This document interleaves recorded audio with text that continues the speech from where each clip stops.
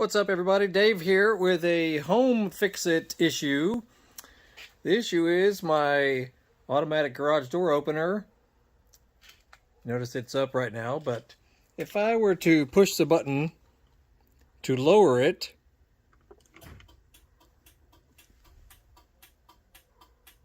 I get a flash and I get nothing. So I basically have to hold the button down in order to lower it, and I have to hold it all the way down. I've already checked the sensors down here. I've cleaned the lens on the sensors. Make sure they're aligned properly. You know, they haven't been moved, they haven't been touched. But this is an older setup. You know, this is an older home. The unit, I assume, is fine. And I've checked the basic wiring up top up there. But I'm sure all of this wiring relating to the button is quite old, like possibly 30 years old. So I'm going to replace all of the wiring, because, you know, there's just too many things to try and investigate, even though it's a fairly simple setup. So I'm going to replace all of this wiring. Now I'm going to at least start from the simple stuff. You know, I'll just start replacing the wiring going from here over to the button on the wall over there. I mean, but yeah, ultimately I'm going to go ahead and replace all of it. Anyway, yeah, this is a Chamberlain half horsepower chain drive unit. But what I'm doing could apply to pretty much any garage door opener that has that problem. And you read about it, you know, and they can tell you it could be all kinds of things, but I basically have to hold the button down because it blinks, then hold it again, holding it all the way until the door closes. Because if I release the button, it'll go back up thinking there's something in its way, when there's obviously nothing in its way. Anywho, that's what we're going to do. So hopefully it'll work out and we'll do some updates. So we'll see you all in a little while. Okay, what I found out was one of the sensors was basically dead and not receiving any power. So I went to the, the good old box store and got new sensors. Because you'll notice with the new one, the light needs to be solid once it is installed correctly. Same with the other one over there. If either of these are flashing or not on, that means they're not wired correctly. And the polarity has to be correct as well. So if you've got a black wire and a white wire, I made a mistake of the wiring that I purchased. Even though it's 2-wire, it is not striped on one side or the other. So I had to guess which was which. So just note, it's kind of like stereo speaker wiring. The black and white has to match with black and white going all the way to the unit.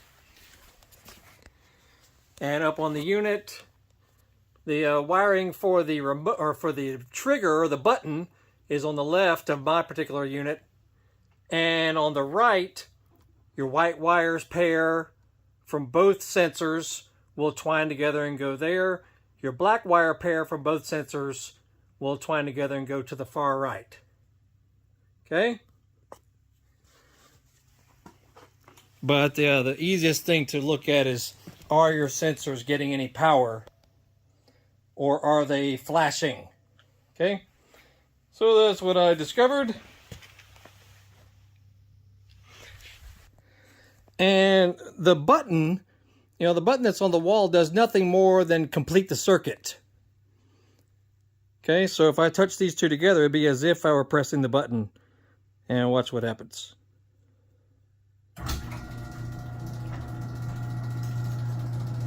She comes up normally. And the beautiful Cadillac ATS-V out there. Make sure to check out my other videos on that. Okay, now if I want to close the door, I would just touch the wires together. And there she goes.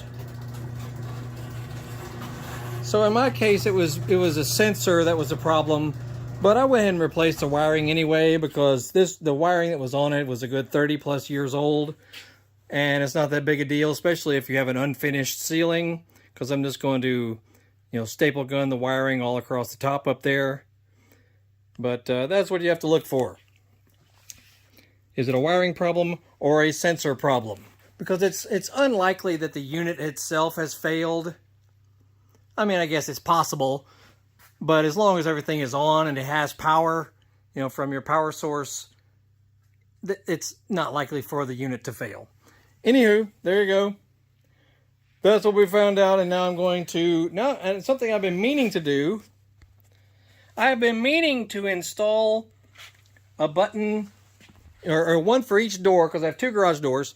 Button here, as I basically go into the house, so I have a button for each door, as well as a button for each door at the door itself. Because sometimes you're standing right here, and you want to shut the door real quick or something. Because I have a button here for this door, but I don't have a button near the entrance to the house for that door.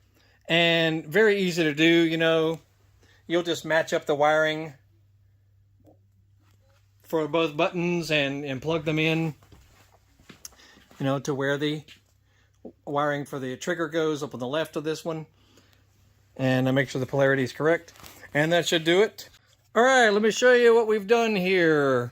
The problem was, if you saw the previous segment, that sensor was bad. It was not receiving power.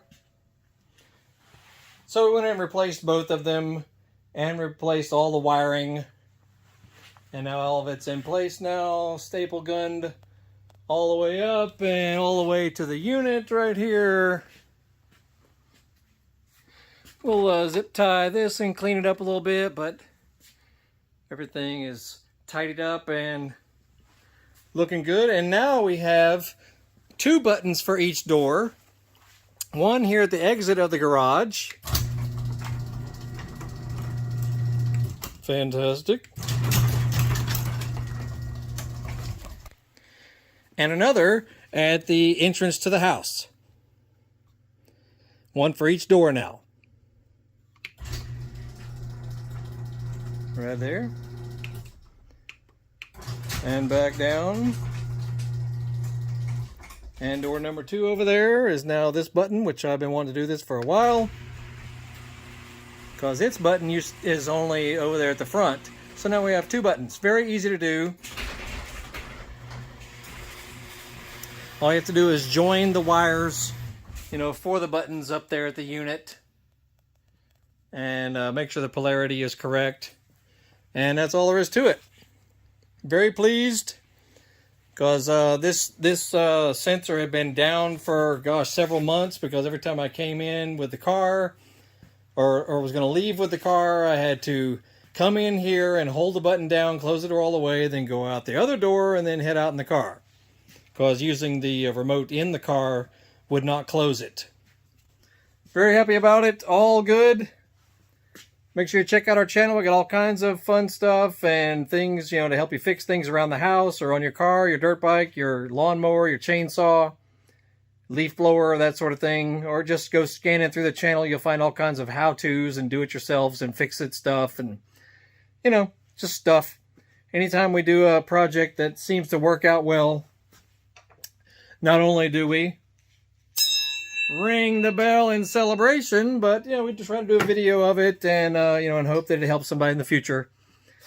And my name is Biker Dave. Make sure you Google Horsepower House. We got an eBay store, Amazon store, Facebook page, 2 YouTube channels.